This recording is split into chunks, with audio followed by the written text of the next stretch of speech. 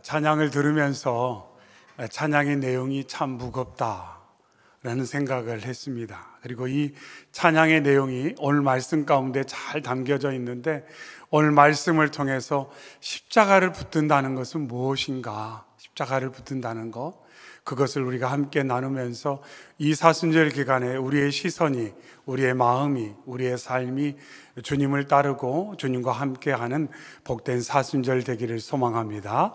아멘. 지난 몇 주 동안 저희가 시선에 대한 말씀, 또한 접촉에 대한 말씀을 함께 나누었습니다. 12년 동안 혈류증을 앓았던 여인은 예수님께 시선을 두고 내가 예수님의 옷자락만 만지면 내가 나음을 입을 것이다, 간절한 소망과 기대를 가지고 예수님을 만졌습니다. 예수님을 만지는 순간 그의 몸 가운데 그가 기대했던 놀라운 치유와 회복의 역사가 일어날 뿐만 아니라 그가 이 땅에 오신 하나님이신 예수님을 만짐으로 말미암아 그 마음 가운데 경외하는 마음, 두려운 마음이 가득 차고 넘치게 되었습니다. 하지만 안타깝게도 지난주 나눴던 우리 둘째 아들 탕자의 삶은 정반대의 시선을 가지고 있었습니다. 뭔가 많이 가지면, 내 마음대로 살면, 내 뜻대로 살면, 누구의 간섭도 받지 않고 왕처럼, 주인처럼 허랑방탕하게 마음껏 즐기며 살면 인생의 스위치가 켜지고 내가 날개치며 올라간 것 같을 텐데 하는 생각을 가지고 아버지께 상속을 받아 먼 나라로 갔습니다. 마음껏 살았습니다. 마음껏 썼습니다. 가끔 드라마에 나오는 것처럼 백화점에 가서 뭐 보지 않고 여기서부터 여기까지 주세요. 그렇게 살았어요. 하지만 그렇게 다 탕진한 이후에 그의 삶은 비참해졌습니다. 아버지를 떠난 순간부터 그의 인생에 한 번도 스위치가 켜진 적은 없었습니다. 이렇게 살면 마음이 무척 좋을 줄 알았어요. 이렇게 살면 정말 멋지게 살 수 있다고 생각했어요. 하지만 거기에 시선 두고 그렇게 살아봤는데 인생의 스위치가 켜지지 않는 뭔가 혼란스러움을 겪게 됩니다. 모든 것을 다 탕진한 후에 그가 잘못되었구나, 그제서야 깨닫고 아버지께 돌아왔을 때 그럼에도 불구하고 자신을 용서하고 사랑으로 받아주고 모든 것을 회복시켜주는 그 아버지의 사랑의 품 안에서 그의 인생의 스위치가 켜지는 것을 경험하게 되었습니다. 바라고 원하는 것은 이 시간 예배한 저와 여러분이 혹여라도 지난 한 주 세상에 그 어떤 것이 내 인생의 스위치를 켜줄 것처럼 우리가 시선을 두었다면 그 시선을 거두어 드리고 이 시간 온전히 나의 주 나의 하나님 예수님께 시선을 향함으로 말미암아 주님으로 인해 주님의 품 안에서 우리의 모든 것이 다시금 회복되어지고 인생의 스위치가 켜지는 귀한 축복의 역사, 귀한 은혜의 역사를 경험하기를 주의 이름으로 축원합니다. 아멘. 오늘 본문의 말씀은 예수님께서 자신의 순환을, 고난을 제자들에게 처음으로 언급하신 내용입니다. 예수님께서는 자신이 그리스도 메시아로 이 땅에 오셔서 계획하신 하나님의 뜻이 무엇인가, 고난이다, 죽음이다, 십자가다, 이렇게 말씀하셨습니다. 하지만 그 당시 제자들을 비롯한 많은 이스라엘 백성들이 생각했던 메시아에 대한 기대, 그리스도와는 전혀 다른 모습이었습니다.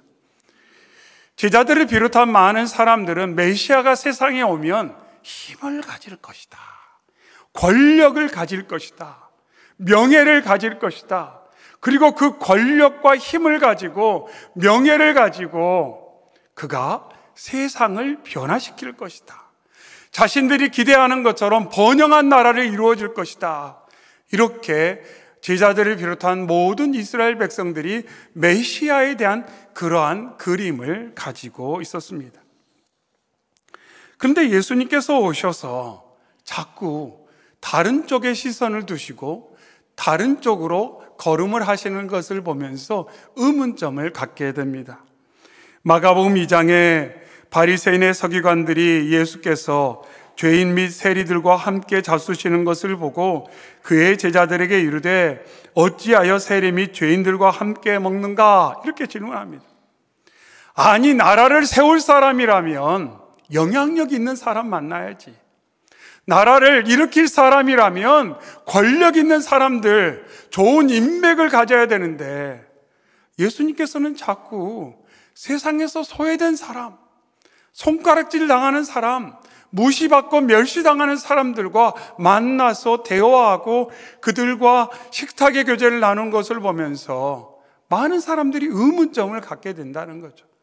저가 그리스도인데, 저가 메시아라고 우리가 기대했는데 어떻게 저런 사람들 만나는가? 어떻게 저런 사람들과 어울릴 수가 있는가?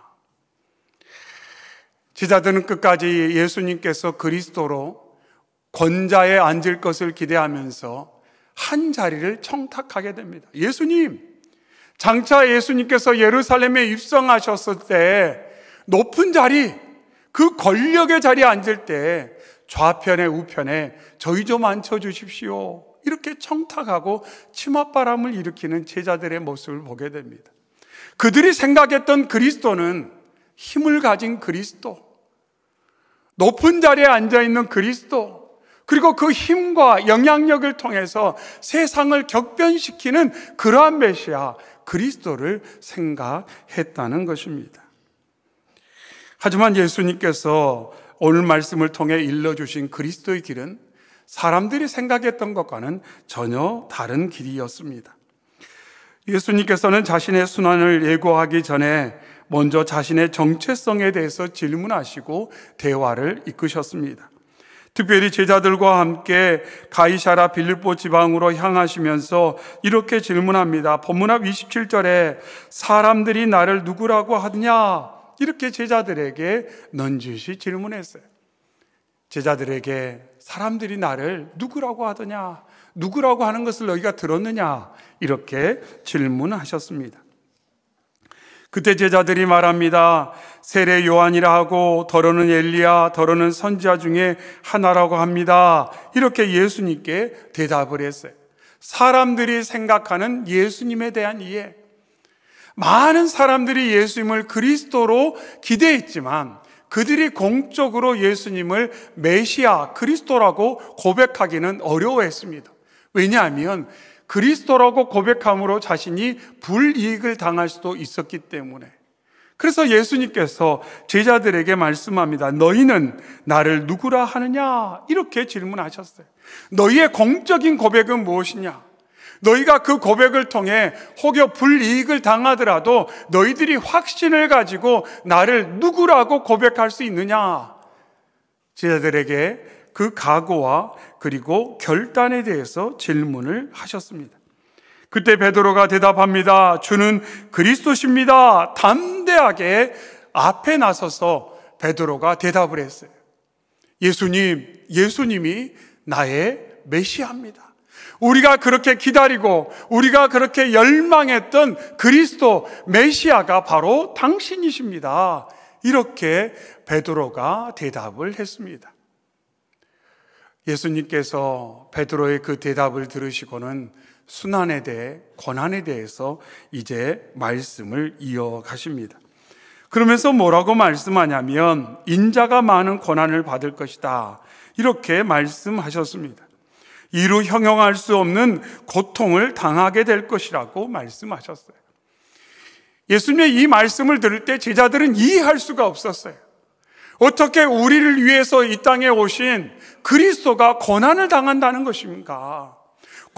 그리스도는 영광을 경험해야 되는데, 권력을 가져야 되는데, 힘을 가져야 되는데, 어떻게 예수님은 그리스도라는 고백을 듣고 나서 우리에게 당신이 장차 고난을 당할 거라고 말씀하시는가? 많은 질문이 들었을 것입니다. 그러면서 예수님 연이어 말하기를 장로들과 대제사장들과 서기관들에게 버림받아요. 이렇게 말합니다. 버려질 것이다. 버려질 것이다. 근데 여기서 버려진다는 것은 무가치한 것으로 여기다. 이런 뜻이에요.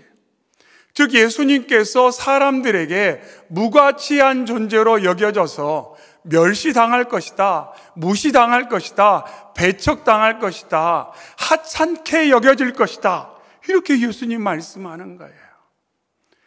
내가 너희가 말한 것처럼 그리스도로 메시아로 이 땅에 왔지만 사람들은 나의 가치를 알아보지 못할 것이다. 내가 장차 큰 고난을 당할 것이고 사람들에게 멸시와 모욕을 당할 것이고 그들에게 버림받을 것이다. 이렇게 예수님께서 말씀을 하신 것입니다. 그러면서 더 충격적으로 죽임을 당한다 이렇게 말씀해요. 죽임을 당한다.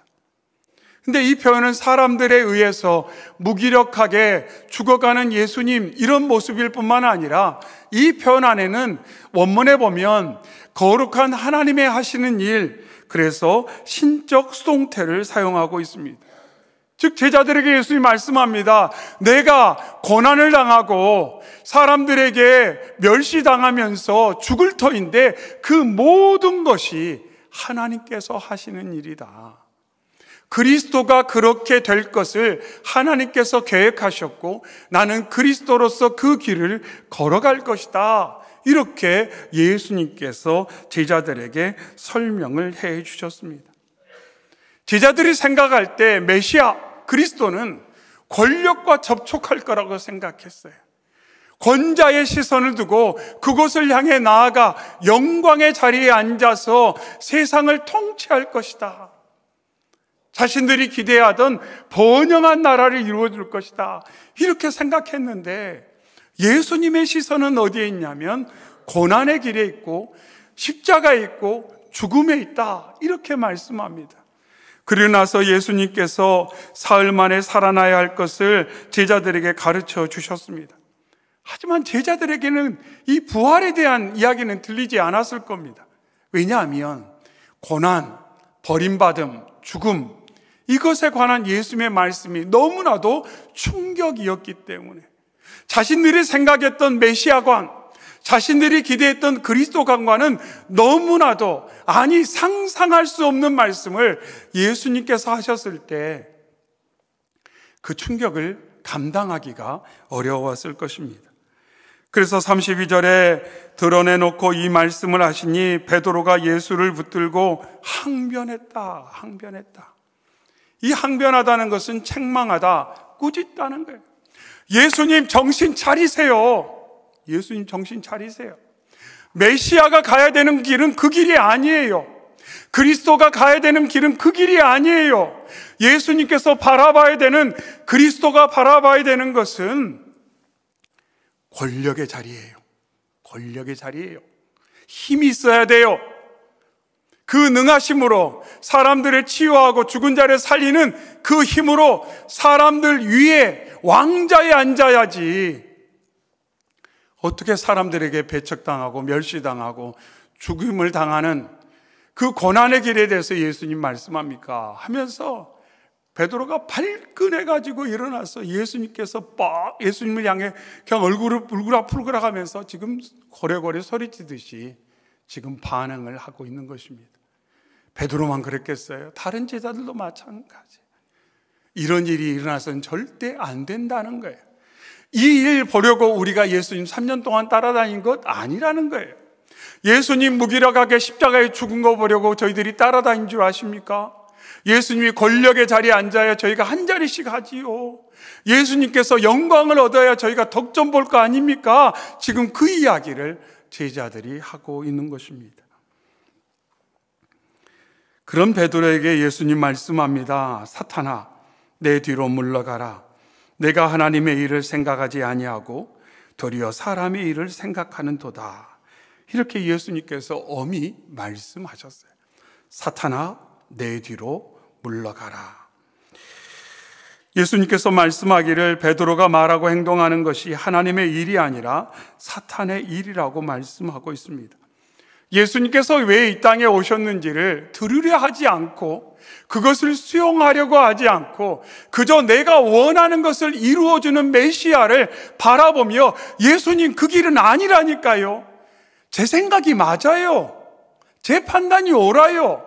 제가 원하는 대로 해야 당신이 나의 그리스도가 되지 않겠습니까? 이렇게 예수님을 움직이려고 하는 제자들의 생각과 태도에 대해서 예수님께서 단호하게 말씀하고 있습니다. 그러면서 예수님께서 하나님의 일을 생각하지 않고 도리어 사람의 일을 생각한다. 이거를 우리가 나눴던 말씀과 연관지어 보면 하나님의 시선을 생각하지 않고 사람의 시선을, 하나님의 접촉하려는 그 하나님의 행동을 보지 않고 사람들이 일반적으로 접촉하려는, 연결되려는 그 대상을 향해 너희들도 지금 나아가고 있지 않느냐, 이렇게 예수님께서 말씀하고 계시다는 것입니다. 예수님께서는 그런 제자들에게 연이어 말씀합니다. 누구든지 나를 따라오려거든 자기를 부인하고 자기 십자가를 지고 나를 따를 것이니라, 이렇게 말씀하셨어요. 내가 너희 처음 부를 때 나를 따르는 자로 부르지 않았느냐? 정말 너희가 나를 그리스도로 인정한다면, 하나님께서 보내주신 구원자로 인정한다면 나를 신뢰하고 나를 따르는 것이 마땅치 않겠느냐? 그러면서 내가 나를 부인하고 내가 이 고난의 길을 하나님의 뜻으로 수용하고 알고 걸어가고 있는데 너희가 그 길을 따라옴이 마땅치 않겠느냐? 이렇게 말씀하시고 계십니다. 찬양대의 찬양을 들으면서 이 자리에 앉아 있는데 자꾸 십자가 위에 걸린 가시 면류관이 눈에 들어오는 거예요. 오늘따라 참 무겁게 보이고 참 아프게 느껴지는 면류관인 것 같습니다. 죄의 승리를 얻기까지 십자가를 붙들겠다는 것은 그 의미가 무엇인지가 오늘 말씀에 담겨 있어요. 우리가 부정할 수 없는 것은 우리는 그냥 형통한 길을 걸어가고 싶어요. 넓은 길을 걸어가고 싶어요. 사람들에게 열광받고 환호받고 칭찬받고 박수받는 그런 길 걸어가고 싶어요. 모든 사람들 앞에 좀 내세울 만한 그런 길을 걸어갔으면 참 좋겠어요. 근데 중요한 것은 그 길이 꼭 주님이 나를 인도하시는 길이 아닐 수도 있다는 겁니다. 도리어 주님께서는 좋은 인맥 쌓으려고 하지 않으셨어요.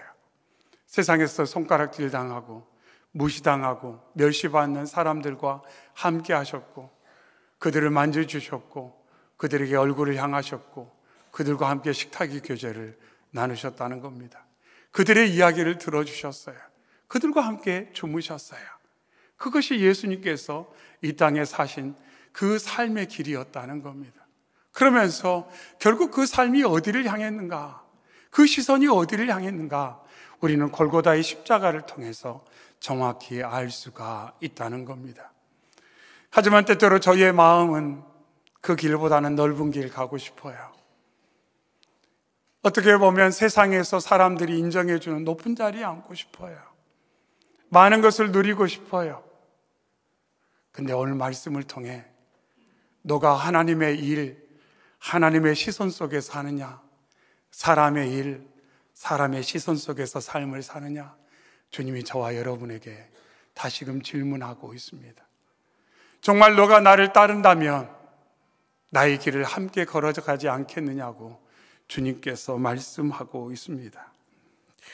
놀라운 것은 제자들이 부활하신 예수님을 만나고 성령 세례를 받은 후에 그들의 마음과 생각의 태도가 완전히 바뀌었다는 겁니다.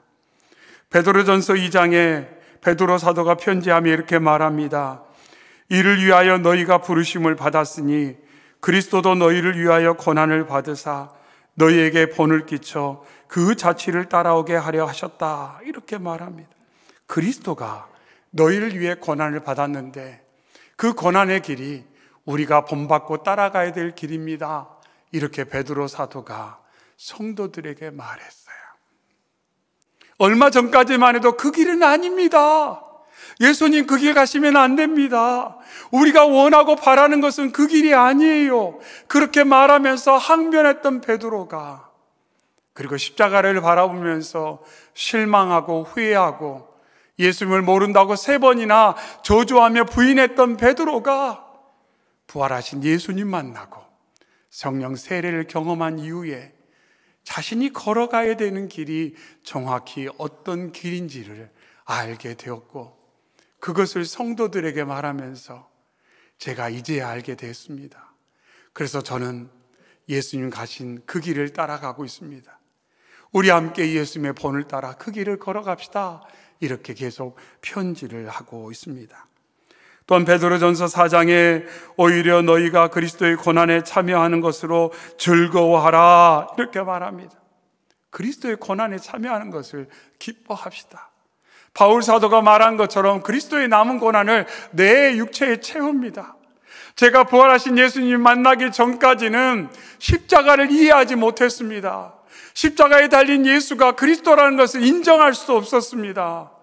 하지만 만삭되어 나지 못한 나 같은 죄인 중에 괴수인 나를 찾아오신 예수님을 만나고 나니, 성령의 역사를 경험하고 나니, 하나님의 뜻이 어디에 있는지, 하나님의 시선이 어디에 있는지, 무엇이 나를 살리고 무엇이 너를 살리는지, 무엇이 세상의 소망이 되는지를 그제서야 깨닫게 되었습니다. 이렇게 제자들이, 사도들이 이구동성으로 고백을 하고 있습니다. 베드로전서 4장에 만일 그리스도인으로 고난을 받으면 부끄러워하지 마십시오 이렇게 말하고 있습니다. 부끄러워하지 마십시오. 예수님을 따름으로 말미암아 고난당하는 거 부끄러워하지 마십시오. 누군가 여러분을 멸시한다고, 여러분의 가치를 알아주지 않는다고 너무 의기소침하지 마십시오. 왜냐하면 우리는 최고의 가치이신, 무엇과도 비교할 수 없는 예수 그리스도를 알고 예수 그리스도를 따르고 있기 때문에 여러분 너무 사람들 눈치 보면서 사람들의 시선에 주도되어 여러분 위축되지 마십시오라고 베드로가 성도들에게 권면을 하고 있습니다. 그러면서 말하기를 잠깐 고난을 당한 너희를 친히 온전하게 하시며 굳건하게 하시며 강하게 하시며 털을 견고하게 하시달라 이렇게 말하고 있습니다. 여러분 기회가 되면 사순절 기간에 베드로서 한번 말씀도 읽어보면 좋을 것 같아요. 이 베드로서에 보면 고난이라는 표현이 정말 자주 나와요. 고난이라는 표현이 자주 나와요. 그러니까 이 베드로 사도가 예수님의 부활을 경험하고 성령 세례를 받고 얼마나 시각이 바뀌었는지를 알 수가 있어요. 오늘 본문에서는 안 된대잖아요. 그 길은 아니래잖아요. 그렇게 막아서고 항변하고 예수님을 꾸짖기까지 했던 베드로가 부활하신 예수님 만나고 나서 알게 됐어요. 예수님이 왜 그 길 걸어가셨는지, 그리고 그 길이 가치가 무엇인지, 그리고 그 길을 따라감이 얼마나 귀한 것인지를 알게 되었다는 것입니다. 오늘 찬양대가 귀한 찬송가로 함께 은혜를 나누었어요. 최후 승리를 얻기까지 십자가를 붙들겠습니다. 참 무거운 고백이에요. 힘든 고백이에요. 왜냐하면 예수님께서 십자가 지고 골고다 언덕에 올라가신 그 인생의 전 과정은 상상할 수 없어요. 상상할 수 없어요. 언젠가 BBC에서 왜 사람은 십자가에서 죽는가 하는 제목으로 다큐를 만든 적이 있어요. 왜 사람은 십자가에서 죽는가? 여러 가지 사인이 있을 수 있어요. 피를 많이 흘려서, 쇼크사로. 근데 주된 이유 중에 하나는 뭐냐면 호흡을 못해서예요. 호흡을 못해서. 못 박힌 손의 의지에 내 상체를 지탱해 보려고 하지만 점점 처지다가 이제 점점 호흡할 힘이 없어져서 결국 사람이 죽어가는 고통스러운 십자가의 그 깊은 의미를 생각하게 되더라는 거죠. 왜요? 저와 여러분을 사랑해서, 구원하기 위해서, 잘 되게 하려고 예수님께서 그 길을 걸어가셨습니다. 예수님 말씀합니다. 정말 나 따라올래? 나 따라올래? 그 길이 가치 있는 길이라는 것을 정말 인정하고 따라올 거냐? 누군가를 살리기 위해, 누군가를 잘되게 하기 위해 나 닮은 모습으로 너 정말 살 거냐? 주님이 물어보고 계십니다. 마음은 그래요. 좀 더 눕자, 좀 더 자자, 쉬었으면 좋겠어요. 안락했으면 좋겠어요. 편했으면 좋겠어요. 계속해서 육신이 우리의 마음에 그런 생각을 갖게 하는데, 이 사순절 기간 동안 특별히 이 말씀을 깊이 묵상하고 십자가를 바라보며 주님, 제가 따라가겠습니다. 그 길 따라가겠습니다. 그래서 그 인생의 결승점에서 환한 미소로 기다리시는 주님, 잘했다, 잘했다, 잘 따라왔다고 우리를 기다리시는 그 주님 바라보고 살아가겠노라고 다짐하는 저희 모두가 되시기를 주님의 이름으로 축원합니다. 사랑의 주 하나님, 사순절 기간 동안 저희로 주님의 시선을 깊이 묵상할 수 있도록 은혜의 시간 주심을 감사합니다. 하나님, 주께서 저희를 위해 이 땅에 오셔서 시선 다른 데 두지 않고 사람들이 기대했던 것처럼 권력과 부와 명예 마음 두지 아니하시고 저희 잘되게 하시고자 고난의 길 바라보시고 이 땅에 육신 입고 오셔서 그 모든 거 내어주셨던 주님의 그 사랑과 주님의 그 헌신과 그 주님의 긍휼을 저희가 다시금 말씀을 통해 들었사오니 저희가 다른 것 바라보지 않고 주님의 그 모습 바라보며 따라가는 참 제자로서의 삶을 사는 저희가 되게 하여 주시옵소서. 하오나 주여, 삶의 순간마다 제 육신이 세상의 많은 것들이 안락한 삶, 안일한 삶, 나태한 삶으로 저희를 이끌 때가 얼마나 많은지 모르겠습니다. 좀 더 사람들에게 뭔가 잘 비춰지는, 세상에서 뭔가 있어 보이는 삶을 살고 싶어 하는 욕구가 얼마나 큰지 모르겠습니다. 하지만 주여, 정말로 내 인생의 결승점에서, 아니 지금도 우리를 응원하시고 붙드시는 그 주님의 손길에 붙들려서 아침 안개처럼 잠깐 지나가는 세상의 가치를 따르지 않게 하시고 영원한 가치, 하나님께서 인정해 주시는 그 가치를 추구하는 저희 모두가 되게 하셔서 하나님께서 사랑하는 것을 사랑하고 하나님께서 귀히 여기는 것을 귀히 여기며 살다가 하나님 나라에 입성하는 저희 되게 하여 주시옵소서. 주께서 오늘도 우리의 마음 가운데 주님의 마음 부어주시고 저희의 성문을 붙들어 주심을 감사드리며 오늘도 우리의 인생의 주가 되신 예수님의 이름으로 기도하옵나이다. 아멘.